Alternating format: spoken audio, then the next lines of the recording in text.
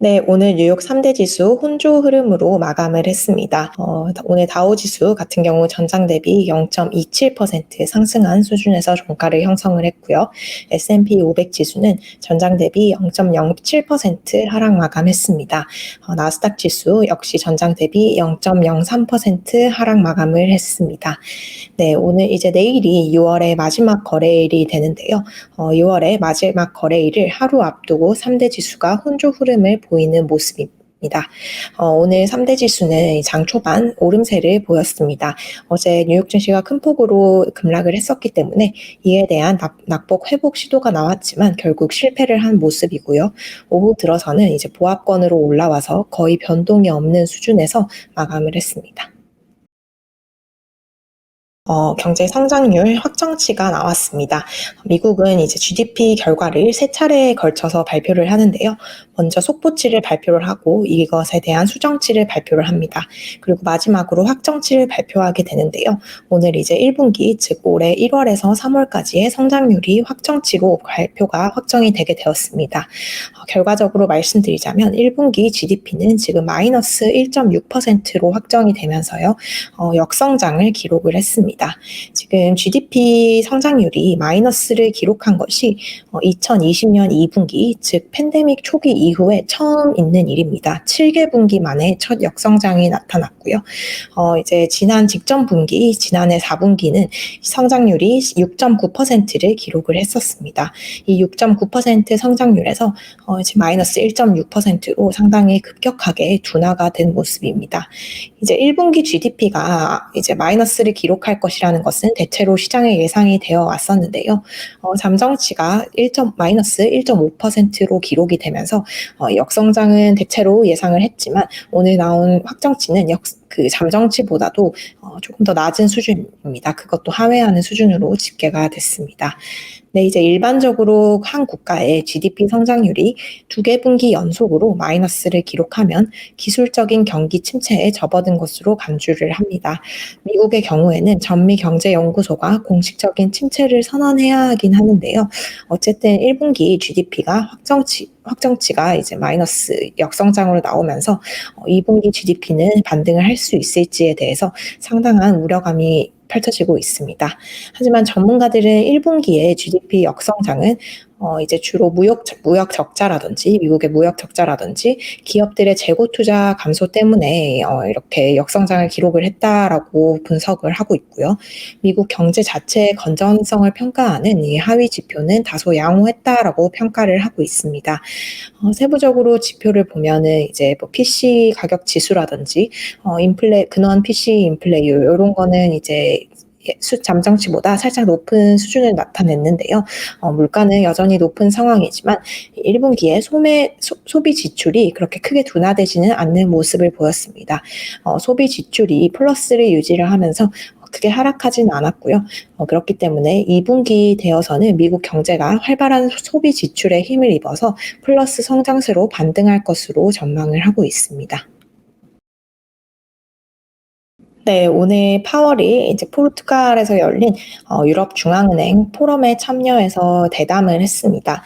이 대담에는 제롬 파월 연방준비제도 의장과 크리스틴 라가르드 ECB 총재, 그리고 잉글랜드 은행 총재와 BIS 사무총장이 참석을 해서 거의 1시간이 넘는 시간 동안 얘기를 나눴는데요. 오늘 파월이 이제 여러 가지 발언을 하면서 시장 참가자들이 굉장히 주목을 했습니다. 4가지 정도로 요약을 해서 볼 수 있을 것 같은데요. 일단 파월은 첫 번째로 경기 침체 가능성이 있다라고 얘기를 했습니다. 직접적으로 경기 침체 가능성이 있다라는 워딩은 쓰지는 않았고요. 이렇게 표현을 했는데요.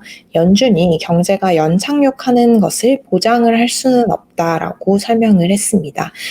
파월은 이제 연준이 물가 장기 목표치인 2%로 다시 물가를 되돌릴 수 있는 것을 아직도 자신이 할 수 있다. 연준이 이걸 할 수 있다고 믿는다라고 얘기를 했는데요. 그렇지만 이것은 분명 매우 힘든 일이 될 것이다라고 얘기를 했습니다. 이 물가를 안정시키기 위해서 어쩌면은 경제가 연착륙하지 않을 수도 있고 연준이 경제가 무조건 연착륙한다는 것을 보장을 할 수는 없다라면서 살짝 이 경기가 둔화될 가능성을 열어뒀습니다. 네, 또 이제 이런 얘기를 했는데요. 이런 경기 침체라든지 둔화의 우려에도 불구하고 연준은 계속해서 이 물가를 안정시키려는 노력을 해야 되고 물가 안정이 연준의 최우선 정책 순위라는 점을 다시 한번 강조를 했습니다. 지금 연준이 이제 긴축을 조금 과도하게 진행하면서 경기가 침체에 빠질 가능성을 시장에서 상당히 우려를 하고 있는데요. 이런 우려에 대해서 이런 리스크가 분명히 있다라고 얘기를 했습니다. 연준이 과도하게 긴축을 단행하는 리스크가 분명히 있지만 이거보다 더 큰 실수는 물가 안정에 실패하는 것이다라고 얘기를 했습니다. 한마디로 말해서 지금 긴축을 단행하는 과정에서 경기의 어떤 둔화를 연준이 촉발할 우려를 인지를 하고 있지만 이것보다 물가 안정을 더 중요한 정책 우선순위로 보고 있다라는 의미입니다. 지금 현재 시점에서 인플레 전망이 낮을 것으로 생각하는 것은 상당한 이제 오판이라고 얘기를 하면서요. 물가 안정에 지금 최우선 정책 순위를 두고 이것을 계속 추진해 나갈 것이라는 뜻을 명확하게 밝혔습니다. 또 이제 금융시장에 대해서도 언급을 했는데요. 이 금융시장이 연준의 금리 전망을 전반적으로 이해를 하고 있다라고 설명을 했습니다. 지금 금융시장은 다음 달 FOMC에서 연준이 75bp 금리 인상을 단행을 하고 9월 이후에도 50bp 그리고 그 이후에도 계속해서 금리를 인상할 가능성을 반영을 해가고 있습니다. 이 금리 전망이 전반적으로 그 시장이 연준을 이해를 하고 있는 것으로 보인다라고 설명을 했고요. 또 시장이 계속해서 이렇게 연준의 정책 움직임을 예측을 해야 한다라고 얘기를 하면서 이게 굉장히 건설적이다라고 설명을 했습니다. 또 이제 파월 의장이 굉장히 오늘 연설에서 강조한 점이 지금 경제가 코로나 팬데믹 이전과 이후는 완전히 다르다라는 점을 언급을 했습니다. 굉장히 이 부분을 강조를 했는데요. 코로나 팬데믹 이후에는 지금 경제 모든 분야에서 어떤 수요와 공급의 교란 현상이 나타나고 있다라고 얘기를 했습니다. 수요와 공급의 왜곡 현상이 발생을 하고 있고 기존의 경제가 굴러가는 방식과는 조금 다른 방식으로 지금 경제가 발전을 해가고 있다라고 얘기를 했습니다. 그럴 만한 것이 이전에는 상당한 저물가를 계속해서 경제가 겪어오고 있었는데요. 이전에는 겪어보지 못한 고물가 상황이 도래를 했고 또 경제 전반 특히 노동시장에서 이 수요와 공급의 왜곡 현상이 나타나고 있기 때문입니다. 이 파월 의장이 이거를 뉴 월드라는 단어를 썼는데요. 예전과는 완전히 다른 새로운 환경에 지금 우리가 놓여 있고 즉 코로나 팬데믹 이전에 있었던 그런 수요와 공급의 균형 상태에 우리가 돌아갈 수 있을지는 상당히 미지수라고 얘기를 했습니다. 그렇기 때문에 기존의 정책 방식으로 대응하기에 어려울 수도 있다라고 설명을 했고요. 이러한 상황에서 연준의 최우선적인 책무는 이렇게 바뀐 새로운 환경 속의 물가 안정이라는 점을 다시 한번 강조를 했습니다. 네, 이제 블룸버그 통신이 이렇게 헤드라인을 잡았는데요.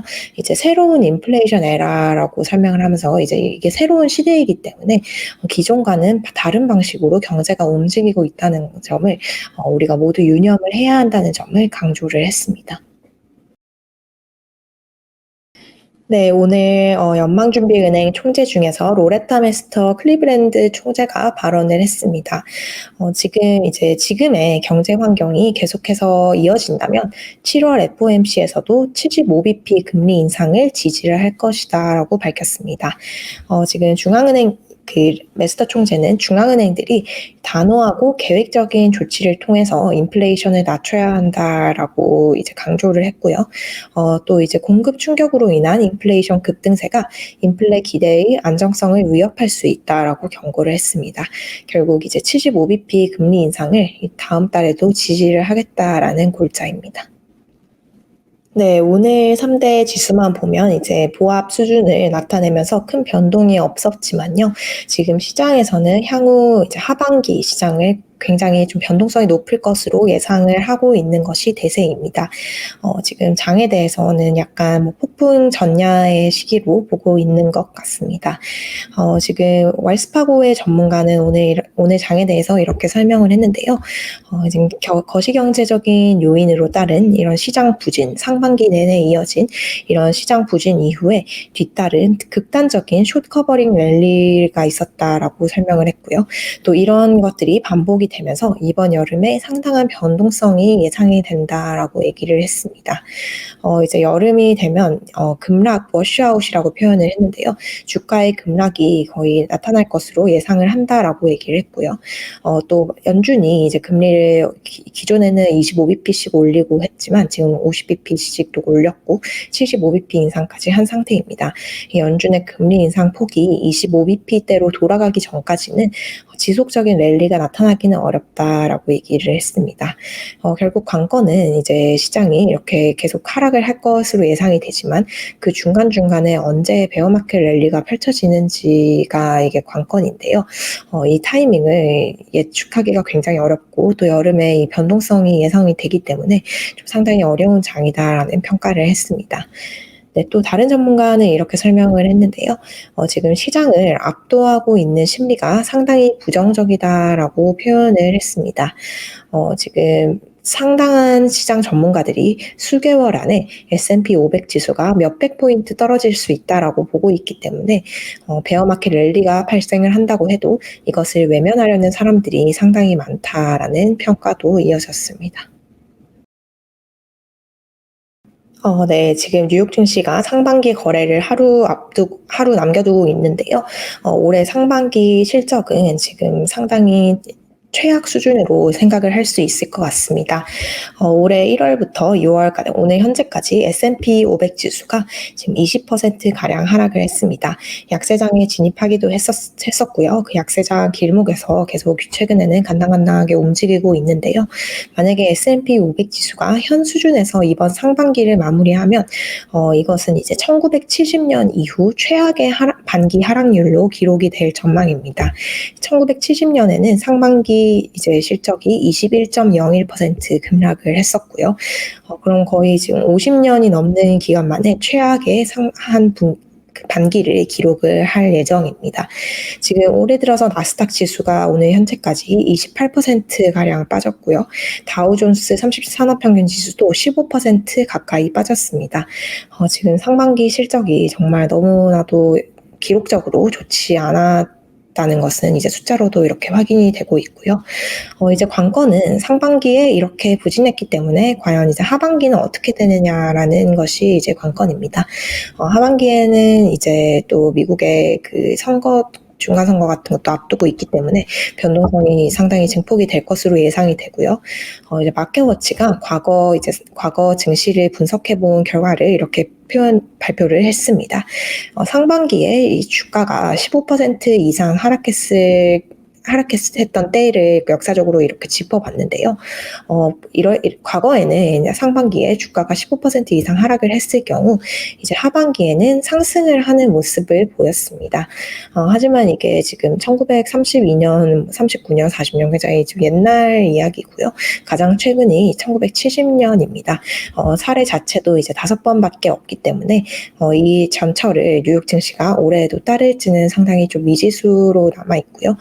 지금 연준의 어떤 굉장히 좀 역사적인 긴축이 이뤄지는 과정이고 또 미국의 정치적인 굉장히 큰 이슈도 있는 만큼 올해도 이 전철을 우리가 밟고 반등을 해 나갈 수 있을지는 지켜봐야 할 요인으로 보입니다. 네. JP모건이 지금 월가 IB 중에서 이 경기에 대해서 가장 조금 낙관적인 전망을 해온 IB입니다.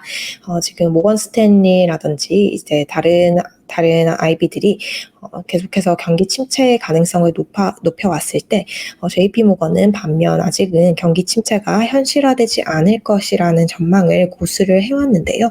오늘자로 이제 의견을 조금 바꿨습니다. JP모건 체이스의 이 분석가들이 오늘 보고서를 발표를 했는데요. 미국이나 세계 경제가 올해 경기 침체에 빠질 위험을 고려하는 것이 합리적이다라고 전망을 했습니다. 오늘 이제 1분기 GDP 성장률 마이너스 폭이 커졌다는 발표 이후에 이 보고서를 발표를 했는데요. 지속적인 인플레이션 충격에 대한 우려가 높아지고 있고 또 이에 따라서 연준의 더 공격적인 긴축 소식이 전해질 수 있고 또 올해 하반기에 굉장히 조금 이제 경제가 좋지 않을 것이라는 감정적인 이런 좀 요인을 다 합쳐서 보면은 침체가 올 수 있다라고 얘기를 했습니다. 침체에 빠질 위험을 고려하는 것이 합리적이라고 얘기를 했고요. 미국 경제와 세계 경제가 침체로 접어들 가능성을 열어두어야 한다고 얘기를 했습니다. 지금까지 조금 강세론적인 입장을 펼쳐온 하우스이기 때문에 조금 이제 주목을 할 부분인 것 같습니다. 네, 오늘 뉴욕 증시 섹터별로 엇갈린 흐름을 보였는데요. S&P 500 지수를 구성하고 있는 업종 중에서 에너지와 부동산 그리고 금융 관련 종목이 하락을 했습니다. 반면 헬스, 필수 소비재, 통신, 기술 관련주는 상승했습니다. 네, 오늘 이제 주요 종목 중에서 좀 중요한 이슈가 있었던 종목이 테슬라입니다. 우리나라 사학개미들이 가장 많이 투자하고 있는 종목인데요.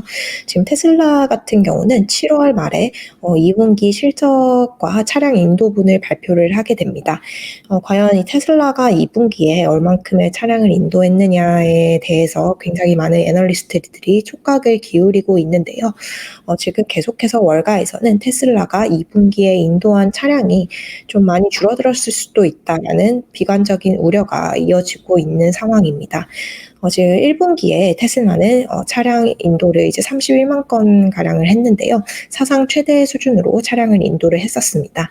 하지만 이제 2분기 들어서서 중국의 코로나 봉쇄 영향으로 이제 공장이 타격을 받은 부분도 있고요. 조금 이제 악재가 여러 개 몰리면서 2분기에는 이만큼 실적을 내지 못했을 것이다라고 계속 관측을 하고 있습니다. 원래 이제 월가에서 전망을 했었던 콘센서스가 2분기에는 이제 30만 대 가량 인도를 했을 거다라고 예상을 했었는데요. 이게 지금 26만 5천 대 수준으로 낮춰진 상태입니다. 시장 컨센서스가 26만 5천 대 정도로 이미 낮아진 수준에서 이것보다도 더 부정적으로 보는 애널리스트들이 이제 나타나기 시작을 했습니다. 이제 우선 미조의 애널리스트들이 2분기 인도분을 24만 5천 대 수준으로 줄어들었을 것이다라고 얘기를 했고요. 또 이제 시티그룹의 애널리스트가 2분기 인도분이 25만 8천 대 정도로 줄어들었을 것이다라고 또 전망을 했습니다. 이 시티그룹의 이 전망을 낸 애널리스트가 이태기 미카엘리라는 애널리스트인데요. 테슬라에 대해서 이 월가에서 가장 좀 부정적인 의견을 가지고 있는 애널리스트입니다. 테슬라에 대해서 매도 의견을 제시를 하고 있고요. 테슬라의 목표 주가를 지금의 반토막 수준인 375달러로 제시를 하고 있습니다. 상당히 낮은 수준을 제시를 하고 있는데요. 지금 이제 마켓 밸런스에서 분석을 한 바에 따르면 월가에서 테슬라에 대한 투자 의견을 이제 게시하고 있는 전문가들 중에 절반 정도는 매수를 제시를 하고 있고요. 나머지는 이제 조금 부정적인 의견을 보이고 있습니다. 테슬라에 대한 목표 주가는 이제 평균 900달러 정도인데요. 전체적으로는 이제 조금 테슬라의 주가가 지금보다는 더 많이 높아질 수 있다라고 보고 있는 것이 대세인 것으로 보이지만 일각에서는 이렇게 2분기 실적이 상당히 우려가 되는 만큼 조금 굉장히 안 좋게 보는 애널리스트들도 있는 상황입니다. 네, 오늘 또 이제 다른 빅테크 종목들은 대체로 상승을 했습니다. 오늘 마이크로소프트라든지 애플 그리고 아마존이 1% 넘는 상승세를 보이면서 마감을 했습니다. 네, 오늘 개별 종목 중에서 조금 이슈가 있었던 종목이 베드앤베스 비욘드입니다. 베드앤베스 비욘드는 미국의 가정용품 소매 업체인데요. 지금 분기 실적이 예상치를 크게 밑돌았었습니다. 그 여파로 이제 CEO마저 교체가 된다라는 소식이 전해졌는데요. 이 소식 가운데 주가가 오늘 장중에 22% 이상 급락을 했습니다. 또 이제 세계 최대 크루즈 업체 중 하나인데요. 카니발의 주가가 오늘 14%가량 하락을 했습니다. 이제 모건 스탠리가 이 카니발의 주가가 최악의 경우 0달러, 그러니까 $0까지 떨어질 수 있다라는 극단적인 비관론을 제시를 했는데요. 이 여파로 주가가 큰 폭으로 하락을 했습니다. 또 오늘 의류업체인 H&M이 실적을 발표를 했는데요. 2분기 매출과 순이익이 시장 예상보다 더 크게 증가를 했습니다. H&M 같은 경우는 인플레이션과 공급망 차질에도 이 매장의 매출이 크게 증가를 했고 또 온라인 매출도 견조한 모습을 보였다라고 밝혔는데요. 지금 기업별로 상당히 이 인플레이션 국면 속에서 희비가 엇갈리고 있는 모습입니다. 사실 이 H&M의 경쟁사인 갭 같은 경우 지난달에 매출이 크게 감소를 하면서 분기 순손실을 기록을 했었는데요. 이외에 이제 월마트와 타겟 등도 공급망 차질에 따라서 이익이 크게 감소를 한 바 있습니다. 하지만 H&M은 이와는 조금 다른 흐름을 이어갔고요. H&M 이외에도 이제 메이시스라든지 달러트리 같은 일부 소매 업체들은 팬데믹 이후에 쇼핑백들의 방문객들이 늘어나면서 오히려 강한 매출을 보고를 하고 있습니다. 지금 소매 업체들 가운데서도 이제 위너와 루저가 이렇게 갈리면서 조금 희비가 엇갈리는 모습입니다. 오늘 H&M의 주가는 1% 안팎으로 상승을 했습니다.